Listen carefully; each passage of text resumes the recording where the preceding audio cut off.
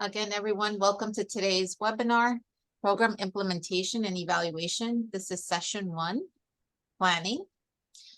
This webinar is sponsored by the Northeast and Caribbean MHCCC, and we're housed at the Rutgers School of Health Professions in the Department of Psychiatric Rehabilitation and Counseling Professions.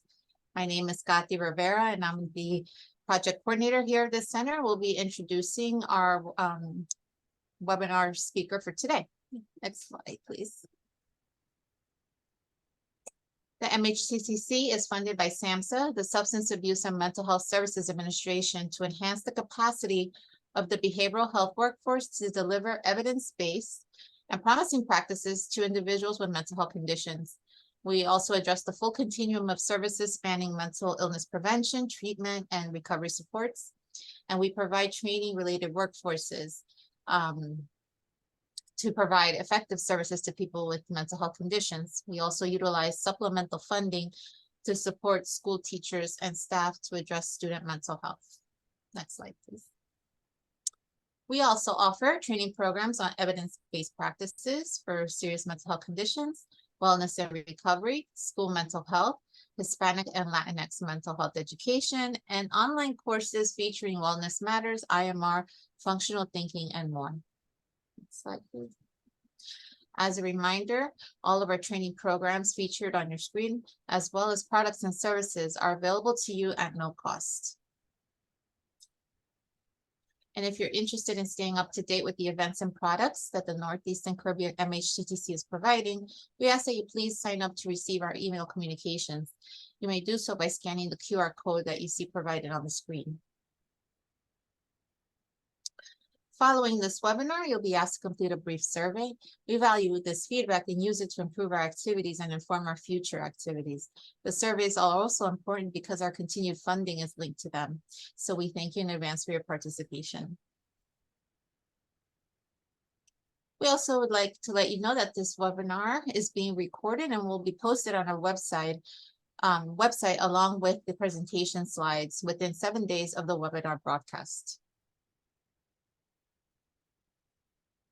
At the time of this presentation, Marian Delphin Rittman served as Acting Assistant Secretary for Mental Health and Substance Use at SAMHSA. The opinions expressed herein are the views of the speakers and do not reflect the official position of the Department of Health and Human Services, DHHS, or SAMHSA. No official support or endorsement of DHHS or SAMHSA for the opinions described in this presentation should be intended or inferred. Next slide, please. We encourage you to interact with our presenter today by using the chat feature. This webinar is being held in meeting format, so please be mindful of your video and your camera during this webinar presentation. Next slide, please. The MHCCC network is committed to using affirming, respectful, recovery-oriented language in all activities and its products.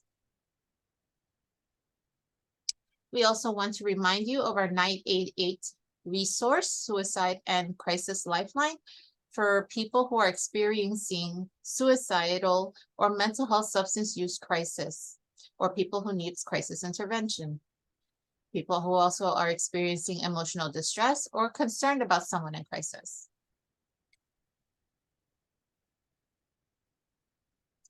Now at this time, I will turn it over to Sean Karzak, who is our Assistant Research Coordinator here at the Northeast and Caribbean MHCCC. Hey, thanks, Katy, and thanks everyone for joining us today. Just a little bit about me and kind of what got me thinking about this training series. So I'm Sean Karzak, Assistant Research Coordinator at Rutgers. I work on several different research projects and evaluation projects. At the MHCCC, I'm the evaluator for the center. So I'm assisting with planning some of the evaluations of our trainings, and also those post trainings that we have. I kind of compile that, your feedback and disseminate that to both SAMHSA and to our team. I work on a project to reduce wait times in emergency rooms for people with mental health conditions, several research projects, and I also help out with other SAMHSA grants. So I'm an evaluator with those projects as well. Assist with the reporting and data management. But as I have been working with some of those projects, I've realized that they need a little bit more than just kind of that evaluative piece.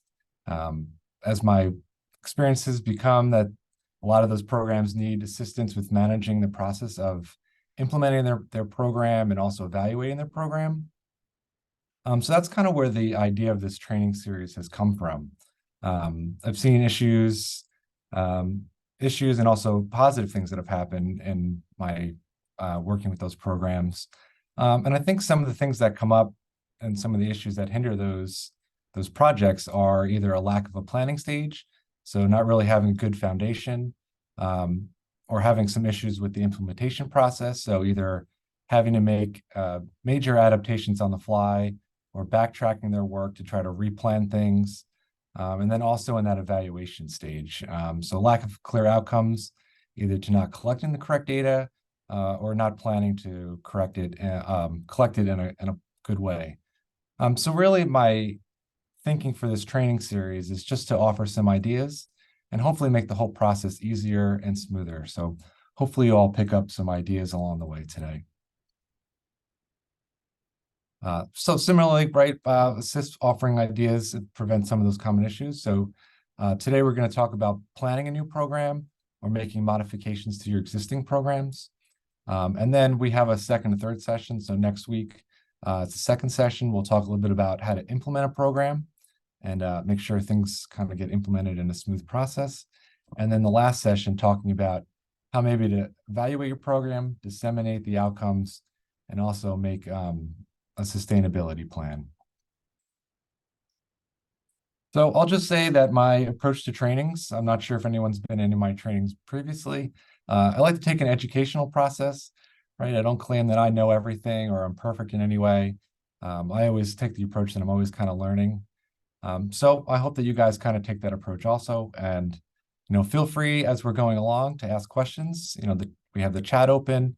We also have that you can just kind of raise your hand today, and we can unmute your mic and just ask whatever questions you have. And I'd also be interested in kind of hearing your experience with any of these processes of trying to implement a new program. And I guess just before I really get started, I'm wondering if anyone has experience implementing a new program, or even maybe kind of what you're hoping to get out of these trainings.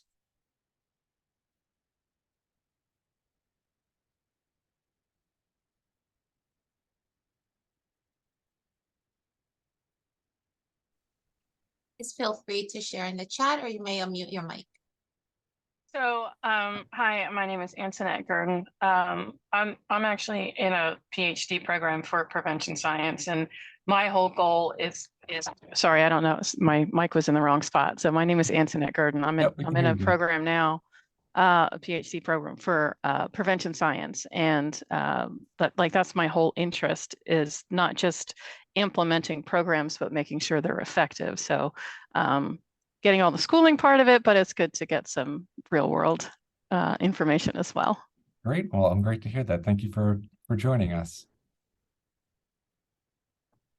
I have a question. My name is Francisco. Yeah. Go, Francisco. Okay. Thank you, Karen. Francisco from Puerto Rico. I'm very interested. I've been implementing program for quite a while, but there's always something new to learn for our experiences, daily experiences. I just granted some fund from HUD for homeless youth in Puerto Rico for the very first time. So I am trying to implement an innovative approach to deal with the situation in Puerto Rico with the homeless youth, especially when they're dealing with gender orientation, gender identification, and dealing with maybe traces of human trafficking, because they are out in the streets and being subject to some other predators, and maybe even dealing with mental health and substance use in Puerto Rico. So, and taking into the consideration that I'm coming from, I need to really understand and make the program available, appropriate to their needs and to the situation and to point of view and worldview at this moment. I know this generation is having a very different way to look at like every generation have a different way to look at the world. So this is my intention here. Thank you. My staff is here also in the presentation. Thank you. Great. Well, thank you for joining us, and congrats on your grant that you received. It's exciting for your new program. Yeah, thank you. Thank you so. So, hi, I'm Karen McGrillis, and I am working at Rutgers Brady UBHC. The project that I'm working on right now is to roll out training to the 9 children's CCIS units across the state. We have 4 top topics. One is dialectical behavioral therapy. The other one is sexual orientation and gender identity issues. The other one is trauma. And the last one is working with youth who have IDD and also mental health challenges. So I did publish with Ken Gill and Peggy Swarbrick with some other people on training, right? In terms of giving a staff a pretest in terms of what their beliefs were about how children change their behavior, and then a post-test after to see if we could move the needle towards more positive interventions instead of negative interventions. And we did publish that. So the stuff that I'm really interested in learning over the next 3 sessions are things like, if I'm going to plan out this DBT training, what are probably the 3 things that I need to ask the staff before, after, or just after to make sure that they learn the skills? Then those experts will come back in 3 months and do a follow-up with them to see how implementation is going. We're setting up consultation and learning communities to talk about it, to include all of that. I'm also interested in the evaluation process really beforehand. And speaking with Peggy, I wish we had gotten more youth and family input into this project. Front-ended. We're in the middle of it right now, and I'm talking to everybody about how to get youth and family input as it's going on. So one of the things, Karen Ray's on the call. Karen Ray and I did something with Trinitas once, and they just simply introduced something to the youth when they were doing allied therapies like trauma-informed yoga or music therapy. The kids came out and they just checked, I feel better, I feel worse, or I feel the same. And that was their outcome so I'm interested in any and all of those things. Great. I think we'll cover some of that briefly today, and definitely in more detail next week, kind of some of the data collection strategies that we can go through. Thank you. Appreciate you sharing. Thank you. We have some people in the chat saying, looking to understand the whole process better. So hopefully I can give you a good overview of things. Have Ariel just introducing herself. So hi, Ariel, appreciate that. Okay, so I'm just gonna try to get started here. And, as we go through, again, feel free to let me know if you have questions or thoughts on anything. So today's agenda, we're going to talk about the planning stage. So we're going to talk a little bit about who does this planning and how to kind of pick a team to do, planning a new project or implementing something new. We'll talk a little bit about assessing program readiness. So identifying available resources and strengths, and also maybe identifying areas of needs. We'll talk about goal setting. So setting target goals and outcomes, and identifying what's needed to achieve those target goals, and try to use some of this information to create a plan for change. And then if we get to it today, we'll talk a little bit about the data collection plan, and ideally just overall how to build a solid foundation. So before I kind of go into all of that kind of stuff, I just wanted to bring up the implementation science background. There is just kind of an endless amount of different frameworks for implementation evaluation. And, as I've tried to use some of them I like better than others. I think each of them have their own strengths and weaknesses. I think the ones that I think are weaker are actually the ones that are very theoretical and dense. And I say that only because they become very challenging to use. There's just kind of so many different moving parts, and trying to use it in a practical way can be very overwhelming. So with that said, I like the ones that are a little bit more usable, a little bit less theoretical, and a little bit more straightforward. But as we go through, I'll try to bring up examples and try to share some tools throughout kind of each of them that I think are helpful. And I think those tools will overlap, but I like to share them because I'm sure people have preferences on one or the other when you take a look at them. So I just kind of want to bring one up, one that I really like that I think is really simple that we've used in some of the other programs that I've done evaluations for. And I think all of them can overlap a little bit with this, and they all kind of attach similarly to the ideas here. So this one is the Plan, Do, Study, Act model. So the PDSA model, and it's a structured approach to implementing improvements and adaptations to existing programs. And it's simply broken down into 4 steps. So the first step is this plan stage. So in this stage, you might be identifying where the agency currently is and where the project would like to go. So things in this would be like identifying key personnel, selecting some change leaders, outlining goals and desired outcomes, assessing readiness of the agency, creating that improvement plan, and identifying available resources and strengths. So this stage we're kind of going over today. So you can kind of, think about those things in the planning stage. The next one is the do stage. This is probably what we'll cover next week. So putting the plan into action. So beginning implementing a new project or changing existing things to an existing project. So in this stage will be new programs are being used, might be doing some trainings for staff, offering additional supervisions, and kind of while we're doing, making sure we collect observations and how things are going. So the third step is the study stage. So in this stage, we're looking at that outcome data and looking how the process is progressing overall. And then also in this stage, those key personnel will be holding debriefing meetings, kind of comparing the data, what they have to the original goals, and kind of really thinking about what is working and what isn't working. And then those meetings and thinking about that kind of lead into the last part, which is the act stage. So using those observations and knowledge that's gained, making any refinements to the improvement plan, making any tweaks to the program, kind of learning from what are mistakes. And I think that's really the advantage of this kind of simple model of the PDSA.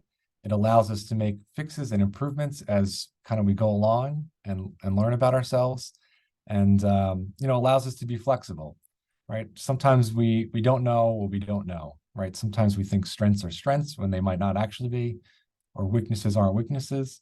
So it really just allows us to kind of take what's working, what are we learning, and kind of rework that into our program. And in the PDSA model, it's kind of a continuous thing. So you kind of go through those all steps. And then once you kind of have a sense of what's going on, what's working, what's not, kind of going through that whole process again. But like I said before, I apologize about that. There's lots of different ones. There's the REAIM, the Reach Effectiveness, Adaptation, Implementation Maintenance model. There's this ERIC model, the EPIS model. So there's lots of different models. Again, they kind of overlap. But just for some simplicity, just trying to give you a little bit of the background for them. So I'm wondering if anyone's heard of these frameworks or used them in the past, or anyone has any familiarity with them.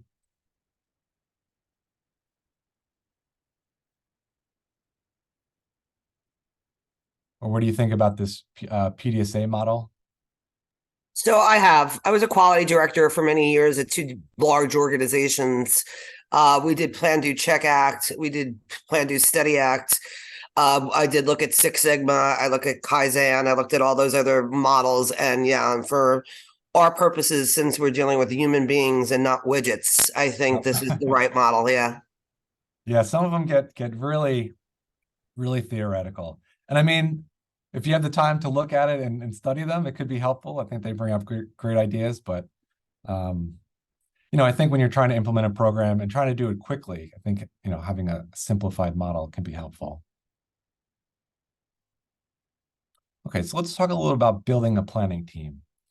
So who's doing the planning, right? So we need to identify who can kind of identify what the potential needs of the program are and what the goals of the outcome of the program might be. So this could be kind of a lot of people, but some of the people that we might want to include are program and agency leadership, right? So without that executive level memberships kind of championing the program, the project or the process might be hindered right from the start, right? So having people that can ensure that those changes are going through and the project is going is super helpful. And plus, having those key people might help build commitment throughout the whole organization and help kind of keep people on board with the plan. So if it's a mental health program, you might want to also consider talking to counselors, right, including staff, those frontline staff. If they're not included, they might feel frustrated or their ideas and concerns aren't really being listened to or considered. So kind of having them in the beginning and getting some of their feedback. You might also want to talk to clients, right? If it's a new program, you're not really sure what you want to offer, talking to clients or potential clients, and it kind of gives them an opportunity to ask questions and provide feedback. And maybe they're seeing things that, we're not seeing as counselors or, program leaders. There may also be other stakeholders we want to include. I'm just going to give an example, like if it's a support education program, talking with local schools and trying to build relationships with them. And again, they might have other point of view and bring some other things to the table. But however the team is kind of built up, I think one of the most important things to consider is having defined responsibilities and having good channels of communication. So ensuring that each member of the planning team kind of knows their responsibility. They have regular communication, provide updates and ask questions. This has a lot of benefits, but I think part of it is everyone kind of knows what's going on. People know who's responsible for what, and also it keeps things moving, right? So you don't want one person, if they're not working on it and then things kind of fall off their radar, right? Then the program kind of is slow to move along.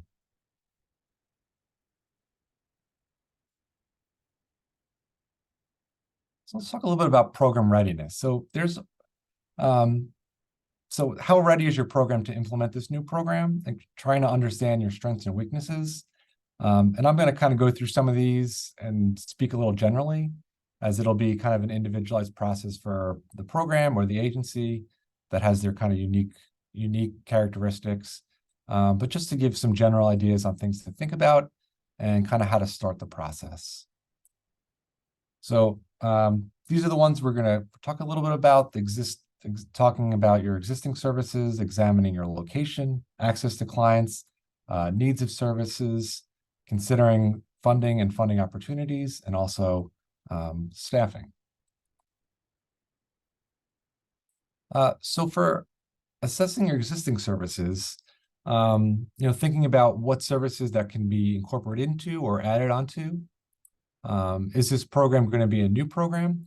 So that's a challenge in itself, right? If it's a totally new program, there's lots of services and processes that you kind of have to work on and put into practice. Just for example, right? If you're a new program, you might not have a billing department, so getting all those things kind of set up. Whereas an existing kind of service, right? If you're already an agency and just adding a new program or adding a research project to it, some of those services and processes are kind of already built out. I'm thinking about a program in New Jersey. They have a supported housing program, partial care program. They offer support education, vocational programs.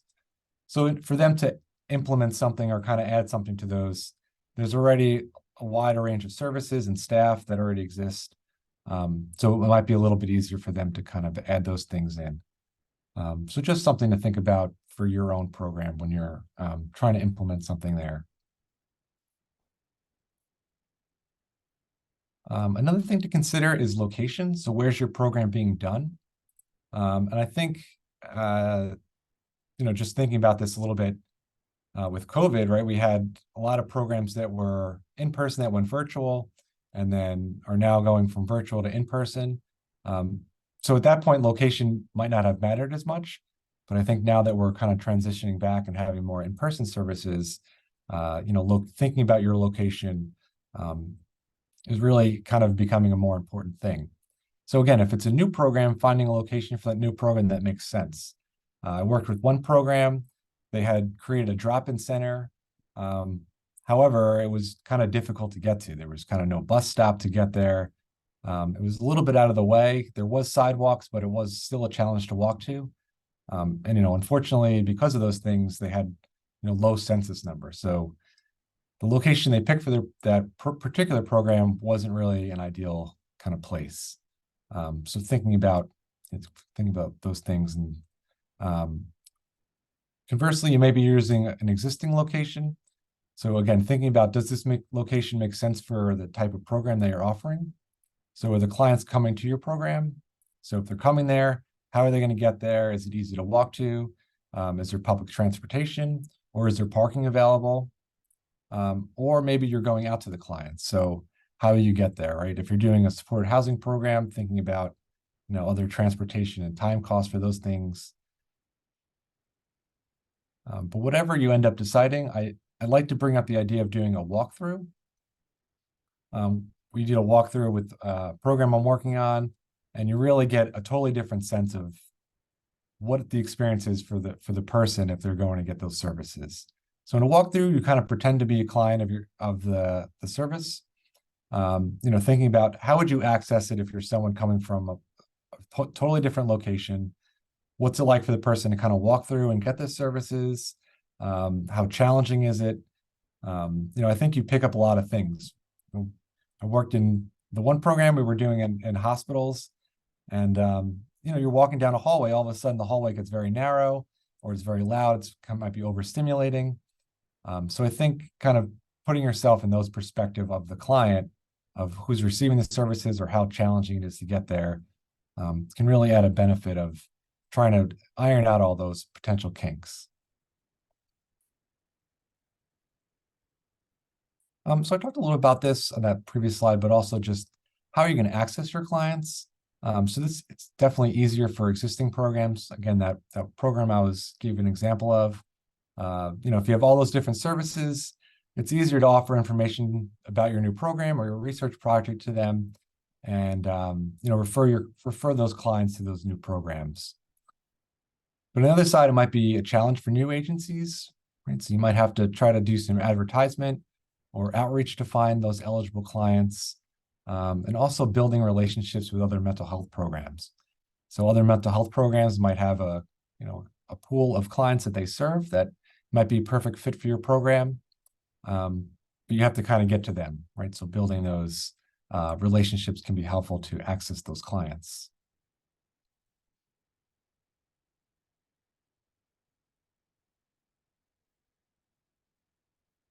The next thing to think about is the needs of the services. So how many clients are going to use those services? And how do you know the service is a need? So you may already have a sense of this, of what's lacking in your area or what services already exist. But if you're not sure, consider looking at the demographics of the clients and the community that you're serving. Might help you become aware of the resources that are potentially lacking or in need. And also talk to clients that either you're serving to or hoping to reach. They might have a sense of what services are good or what services are bad in an area. So I think talking to them can really provide a lot of insight in what's at need. And then also thinking about what programs are already in the area that you're already trying to provide services to. So, if you're trying to start a supported housing program when there's already other housing programs in the area, you're really just going to be competing for clients, especially if they're an established program already. So just consider what kind of services are in your area already, so you don't overlap services. And then the part that nobody ever wants to think about, that's always a challenge, is funding, right? So how are we going to fund the program?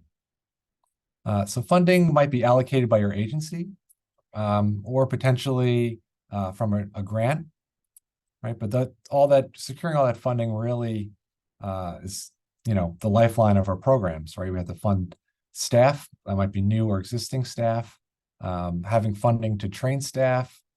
So we'll talk a little bit about staffing more in a bit, but just considering how funding gets at staff members and also different services, right? So transportation needs, supplies that are needed for the programs, paying for the housing, the program at a building.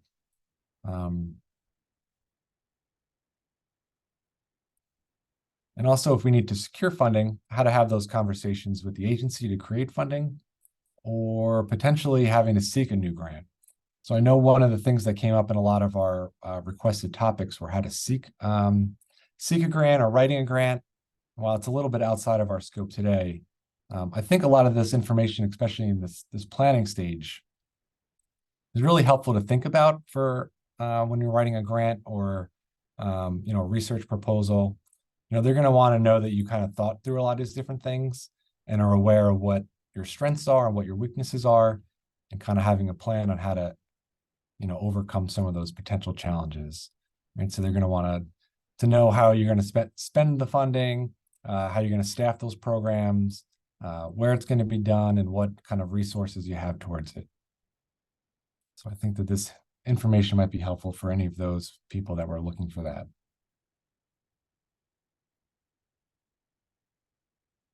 So staffing is always a challenge to think about, right? So you got to think about what's the skills and qualifications of the staff that's needed for this new program, right? What's the education level that they might need?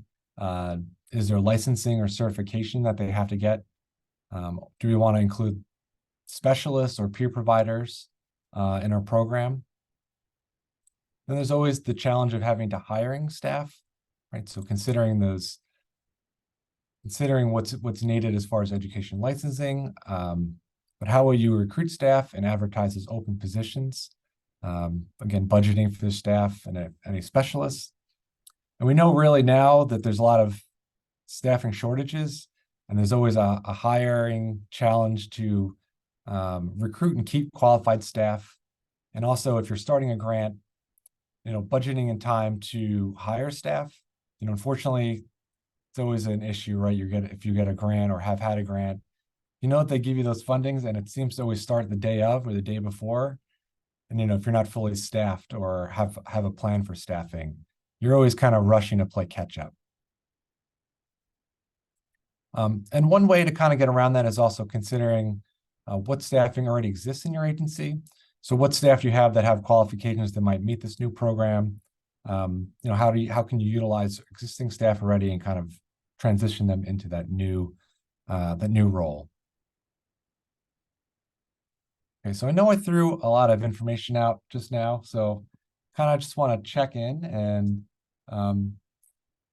see people's thoughts, if they've had these challenges or experienced these challenges. If anyone thinks that for their program or the research project they're interested in, we're seeing that these could be a strength or a limitation at your program.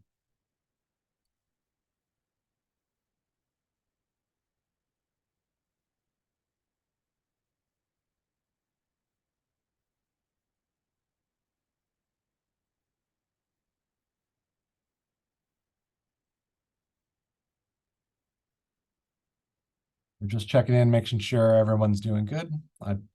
Thumbs up and smiley faces in the chat are always helpful too.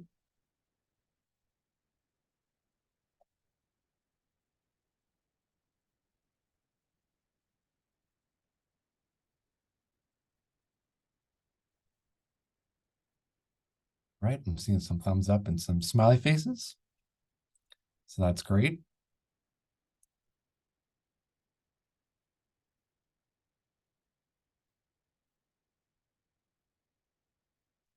Okay, so let's talk a little bit about some outcomes.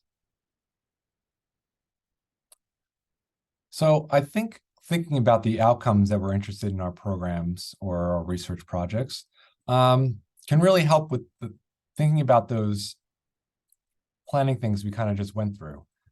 So if you have a clear sense of what outcomes you're interested in, it helps answer some questions about staffing or potential training that we need to offer. Could also give us an idea of where the location of the program might need to be. And also considering the expected number of clients, or in the terms of a research project, how many clients do we need to actually reach? And it can also help with the implementation and evaluation steps of our program, so kind of going forward also.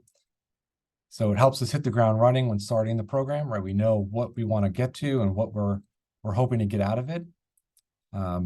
Right, having those outcomes in mind, it might be easier to pull needed data or easier to report on the data we have. Again, especially if you're awarded a grant kind of in those twilight hours, we kind of can, get started sooner and have a sense of what we're trying to get to. And I think the outcomes largely are really the most important part, right? Being able to provide outcomes is kind of how we get and secure refunding of our programs. And you can deliver the best program ever, but without those outcomes and research, results, how do you prove that your program works? So one way to try to get at some of these things are, we want to include those stakeholders again in our planning team.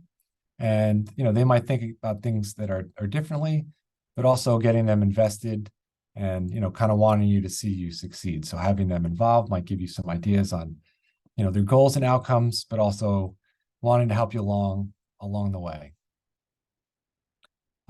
But how do we know what outcomes we want to look at? So there's a couple of different ways, right? So if you have a program, you might have a sense of kind of what outcomes are important. But I think we'll talk more about this more in depth, but I just wanted to bring up how fidelity scales might be helpful. So fidelity scales, this is pulled from the SAMHSA evidence-based practice kit. And in the end of that evidence-based practice kit, they have these fidelity scales. And the fidelity scales are really just to help programs make sure they're delivering services according to that evidence-based practice to ensure quality and make sure they're delivering programs according to that evidence-based practice. So this example is a help from the supported housing. And if we take a look at it, the way that those evidence-based practice score kits work is they kind of give you a scoring based on how on the outcomes of your program. So in this top part, it's about tenants choosing the housing they prefer. So they have a multiple choices of different housing. And then in the bottom, it's all about completing assessments. So offering validated tools and delivering it in kind of a timely manner. So those might be some outcomes we would be interested in if we're delivering a housing program, right? Offering different programs or different housing types, and also making sure that we're delivering and using quality assessments.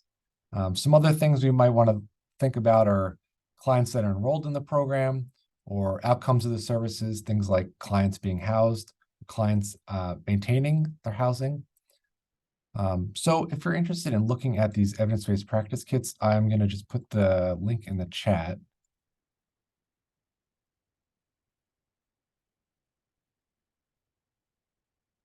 And I will say that there's a bunch up there. SAMHSA keeps taking them down and updating them and removing them.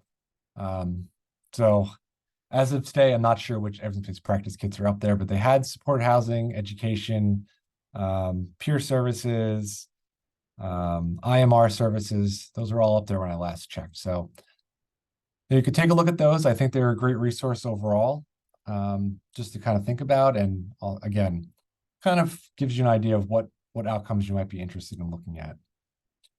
There's also one of the implementation and evaluation kind of overall theory guides. And they have a list of, I would say, promising practices. I'm not sure that their guides are as in-depth as the SAMHSA evidence-based practice kits. But on that website, they have a list of the promising practices and kind of some guidelines and some outcomes that you might be interested in. But it is a much more much more wide variety of services that they discuss.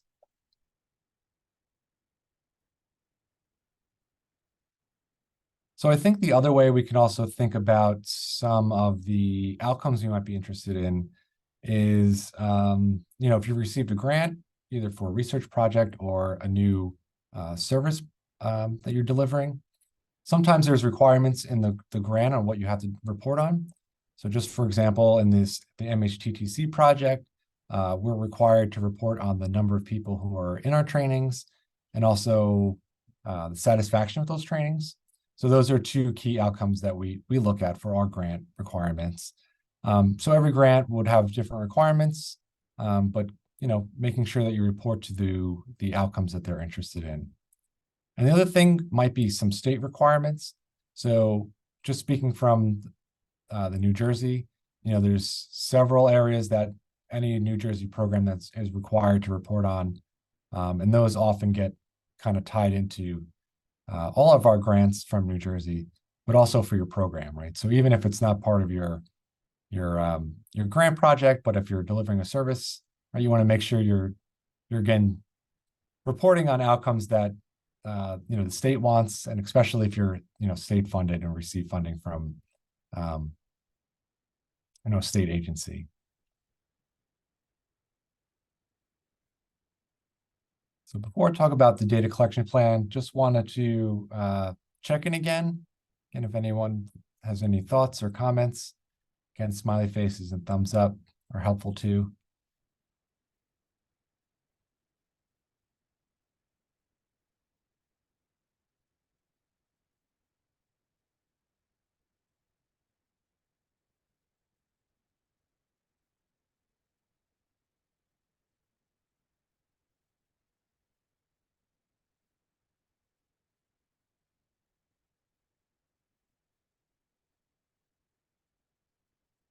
All right, thank you. I'm seeing some thumbs up and some smiley faces. It's great. It's always a challenge with Zoom. When you're in person, you get to see everyone and start to see people's eyes glossing over. You're not on the right track, but it's helpful to get the smiley faces and thumbs ups.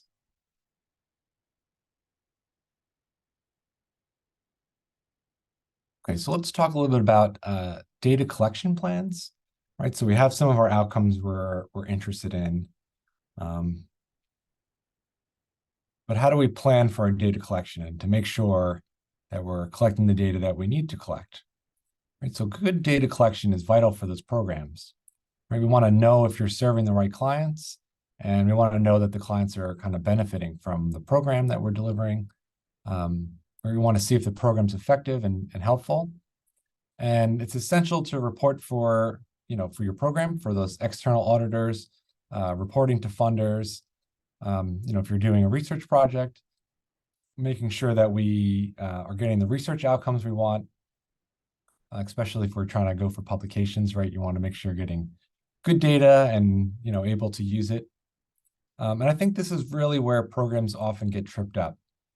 So a lot of those data points can also often be in a variety of different locations, right? So they might be in electronic health records.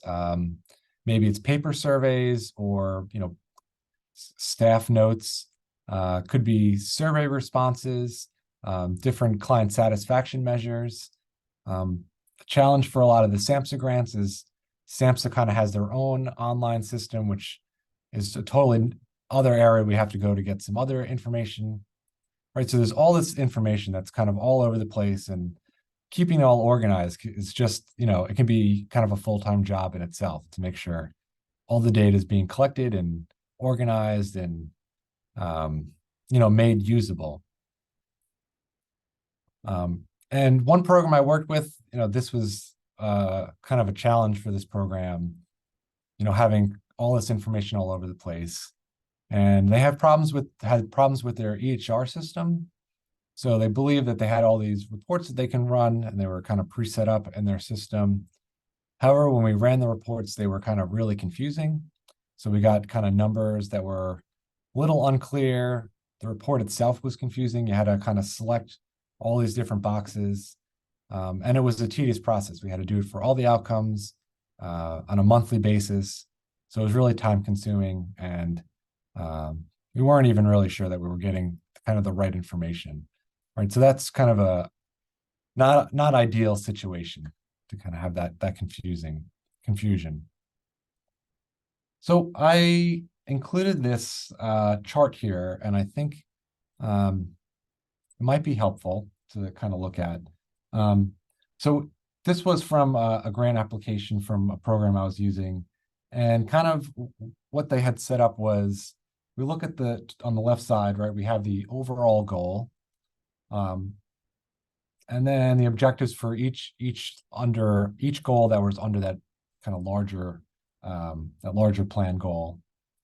And then on the right side, they have kind of exactly how they were going to measure that outcome, right? So if we look at objective 1.2, right, all the participants without a primary care provider will be referred to a primary care provider, right? And they have how they're going to look at that is their case notes. I think what also would be helpful is to have one additional column, right? So there's actually a lot of different data points that we would need to look at to kind of report on this. Right, so we need to know what clients already have a primary care provider, right? We need to know what clients don't have a primary care provider. And then we need to be able to report on all the clients that didn't have a primary care provider, how many of those were actually referred to a clinician and received services, right? So even though they have a very clear objective and a clear way that they're going to kind of get that information, there's a lot of different data points that we want to kind of think about just for that one objective to report on.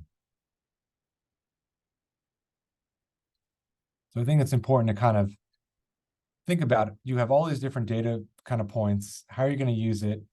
How are you going to measure it? And then how are you going to report on it?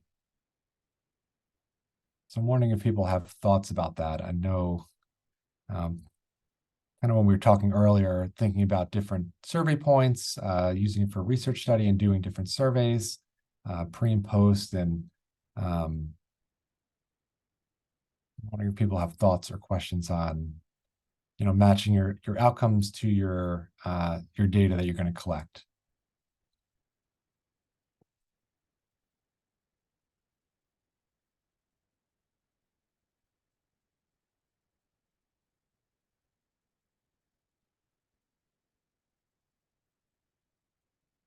Yes, Antoinette says this is the point people often miss at the planning stage. Yeah, I think they think through a lot of the staffing and location and how are we going to deliver the services, and then once we get the program started, right, it's you're kind of backtracking. How are we going to collect that information, or what should we collect? And then it's the challenge is then you have kind of really good data once you kind of get your plans situated, but then you might have some messy outcomes from those earlier clients.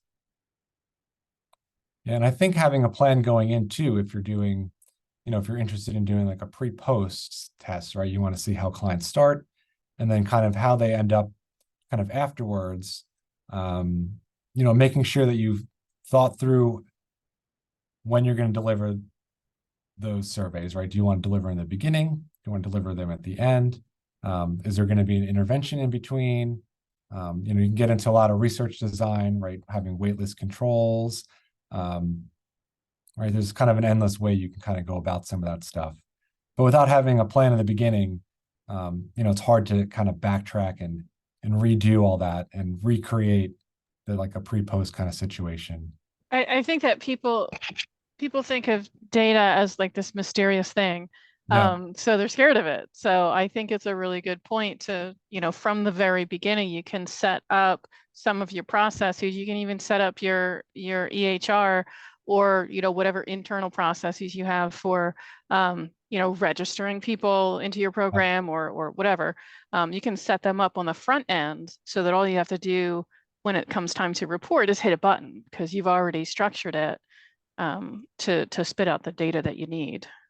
Yeah, I think that's a great point too, is we can automate a lot of that kind of stuff, right? And, when you fill in information in spot A, it automatically populates spot B. And for sure, yeah, I think that it definitely simplifies the process. And again, if you're doing it at the beginning and have the plan, you're not trying to be like scrambling when it's time to report and find all your data. Yeah, and that just sort of perpetuates that whole data is scary thing because Yes. people don't plan for it, and then they get to the end where they have to report, and they're like, I don't know how to do that. So if you built it in right from the beginning, then it's not so scary.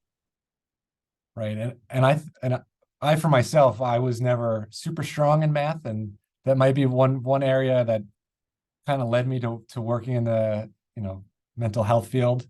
Um, so it's kind of a strength that we overlook, being in the counseling field sometimes. Well, they're two very different skill sets, and generally the people that are good at math and statistics don't go into social work. Right. And the people who are good at social work generally don't have the head for the data and the statistics. So it's good to put someone on that team, going back to the planning process, it's good to put someone on that team who's got that data head to help you think through those things at the beginning. Yeah, really, that's a great point too, is goes back to that, the planning stage, right? Thinking about what your team's strengths and weaknesses are. I said the program, but also, building a team that, kind of complements each other and, can work together to, make a great program. See some people in the chat. Let's see here. Everyone says we have some trouble collecting enough data because the problem we want to assess hasn't been researched enough. Is there any suggestion on how we could work around a poor data situation? Do you think maybe you could speak a little bit more on maybe some of what your challenges that you kind of see for collecting data are?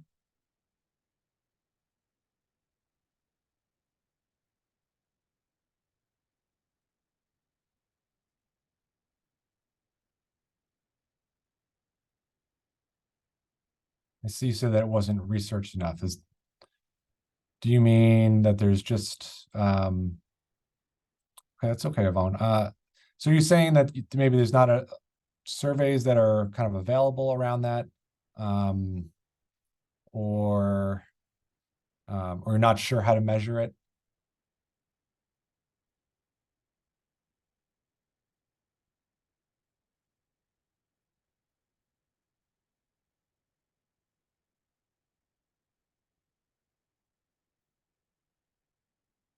I mean, surveys, we want to help a certain community, for example. Yeah, so I think the challenge is sometimes, matching the right tool to what outcomes you're interested in. I'm trying to think of the website off the top of my head there. I'd have to look for it, but there's a website that actually you can kind of put in what you're interested in looking at, and they kind of suggest roughly some surveys that might actually be helpful to collect that data. But I would have to go back and go through my long list of bookmarks to try to find that website. But Yvonne, if you can provide some more information, I might be able to offer some ideas.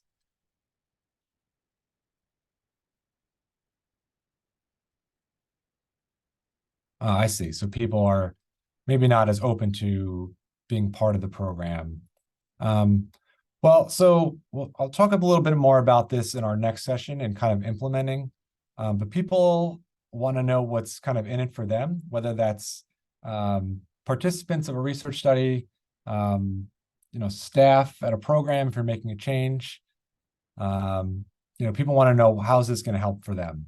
So I think if you're kind of play up and kind of identify ways that someone might benefit from, being a part of that program or the research project, I think that's one way to kind of get around it. But maybe you can email me and we can kind of brainstorm a little bit offline. I also see Jocelyn. Yes, I have a social work degree and I agree with that. I think that was the math comment, right? We have our strengths and weaknesses depending on where we end up.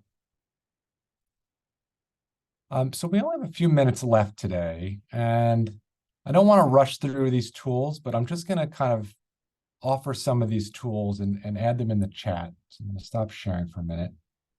So you can kind of take a look at these tools kind of in your downtime and think about them.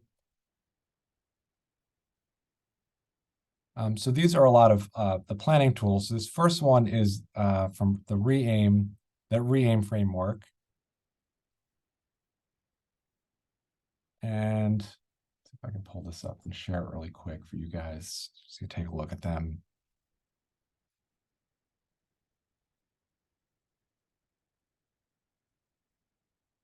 So this is kind of the Reaim one. They also have an online version. I'll put that link in the chat too. It's just the same thing as this, but not in a PDF version, but it might be easier to kind of work through it that way too. So in this one, it kind of just has text boxes and kind of prompts you for some of the things we covered today, right? So ask things like whom you would like to reach in your initiative, define who is a target population who might benefit. I'm going to just scroll a little bit. I don't want to make people dizzy, so I won't go too far, but how and will you reach those people and how you're going to advertise and promote your program. So that's one tool. I'll add this one in the chat also. So this is the PDSA tool. So this is kind of that Plan, Do, Study, Act, and talks a little bit about what the overall kind of, I gave an overall, but kind of goes into a little similar information.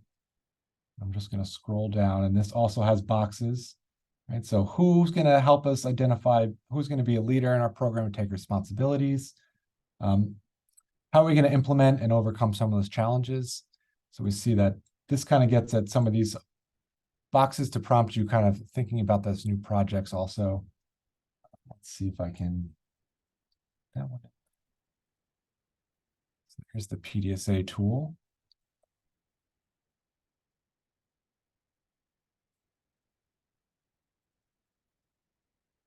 We also have the MHCCC implementation tool. So this is a project template that goes into a lot of detail, uses several of the different frameworks, but again, prompts kind of the same thinking, but in a much more deeper, kind of deeper level of planning. But again, what's the practice you're interested in implementing? What's the rationale of this program? Who are the target audience? What's the context or, the context of the program. So I'm going to put that one in the chat also. So I'm just going to give you guys these tools to kind of think them over, and we'll talk a little bit more about them in detail next week, so you don't kind of rush through them. But I know we only have a few minutes left, so I'm just going to kind of open the chat in general. If people have final questions or thoughts, kind of before we move on to, our closing and, what else you'd hope to cover for the next coming sessions.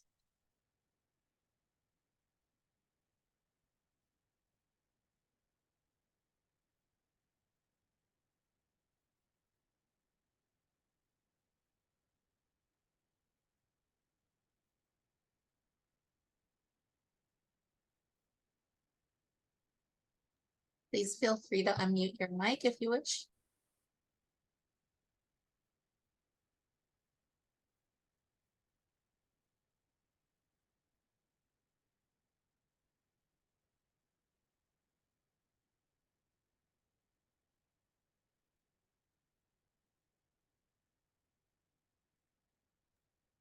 I don't have any questions, but this has been really helpful. This is some really good stuff. So thank you so much for sharing.